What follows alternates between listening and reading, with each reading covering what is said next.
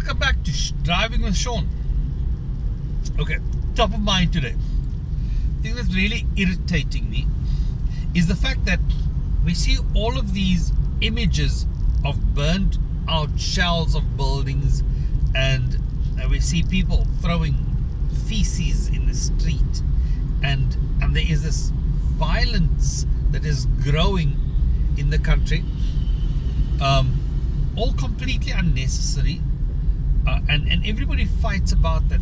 And what you hear is in the news they're saying that students have done this, students have done that. It is the students uprising, and it is clearly pointing back to students, and I think that's not true. I doubt it is that it's the students themselves.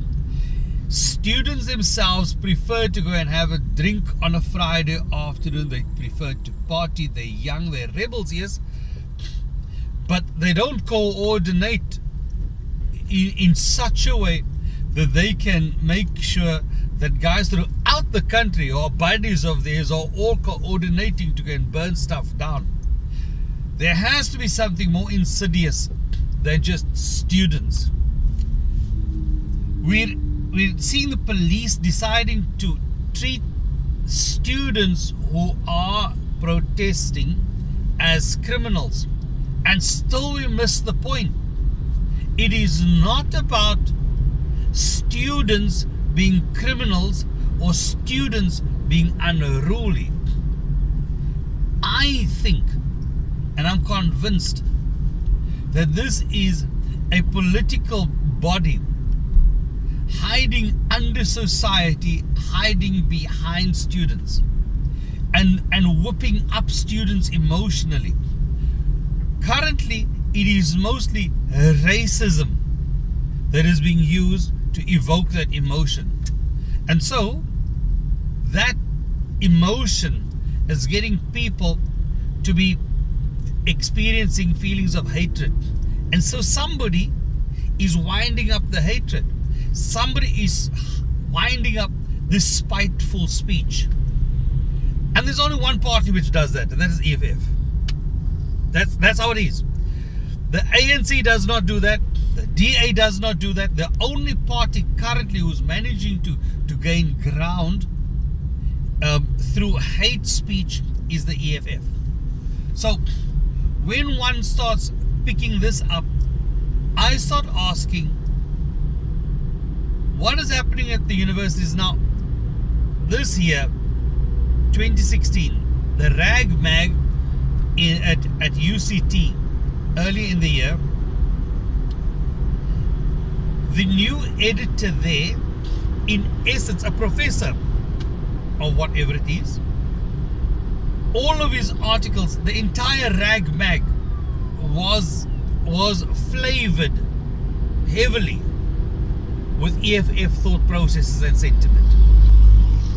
Obviously, it is done in such a way that is so clinically separated from EFF that it is only the philosophies which filter through. When somebody as high as a professor of a university has had his mind and heart captured by the philosophy of that hate speech, then obviously as the educator he's in a position to influence students within his sphere of influence. And if we've got that kind of heart and mind captured academically at each of the universities, then we've got to ask which single body is focused on doing that. Now, if you aren't too aware of ANC Youth League type of training methods, then it's an interesting thing to do to start learning that, because the ANC Youth League in the past was the one body which had taught the new leaders of the ANC how to question the status quo, and they had actively captured all the SRCs throughout all of the universities in the country. And their modus operandi simply was to make sure that they could drive up and whip up emotion using whatever agenda they would brainstorm at the beginning of the year for. And the point was simple.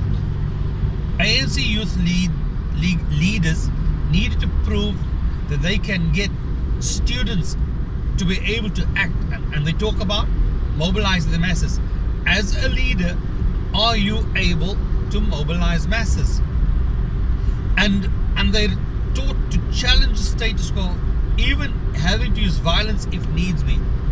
They're political students and they study this.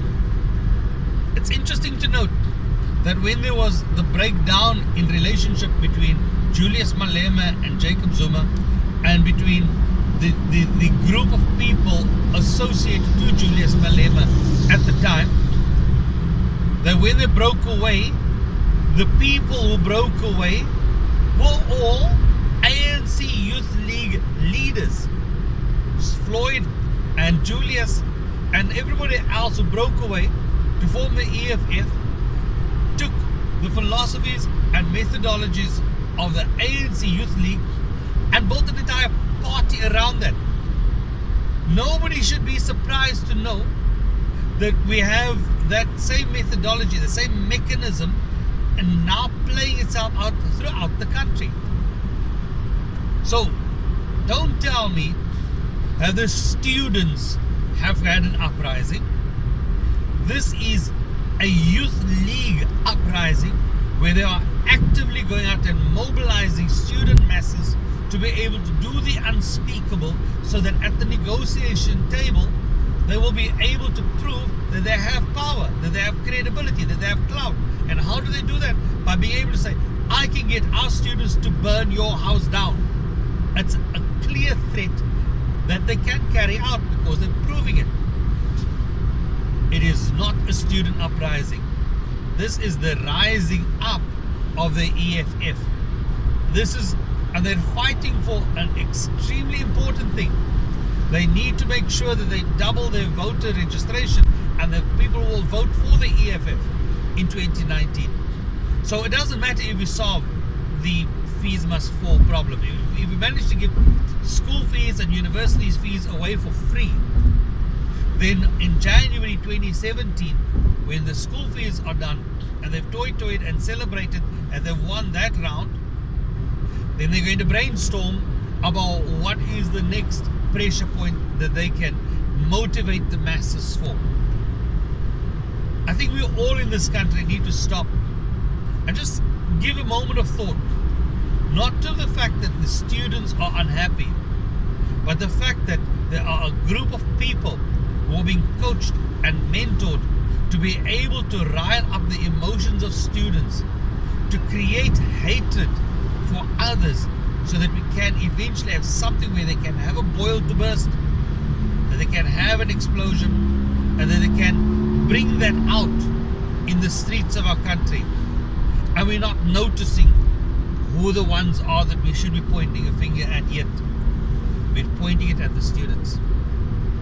And until we stop thinking about the student as the criminal, until we stop using the word student next to the crime that is committed, and if we stop thinking about it as a crime, as we normally criminalize it, but as a strategy that is being played out in front of us, positioning a group to be able to radically change the world around us and steal the hearts and minds of our youth, giving them a perspective which will be difficult to break for generations to come.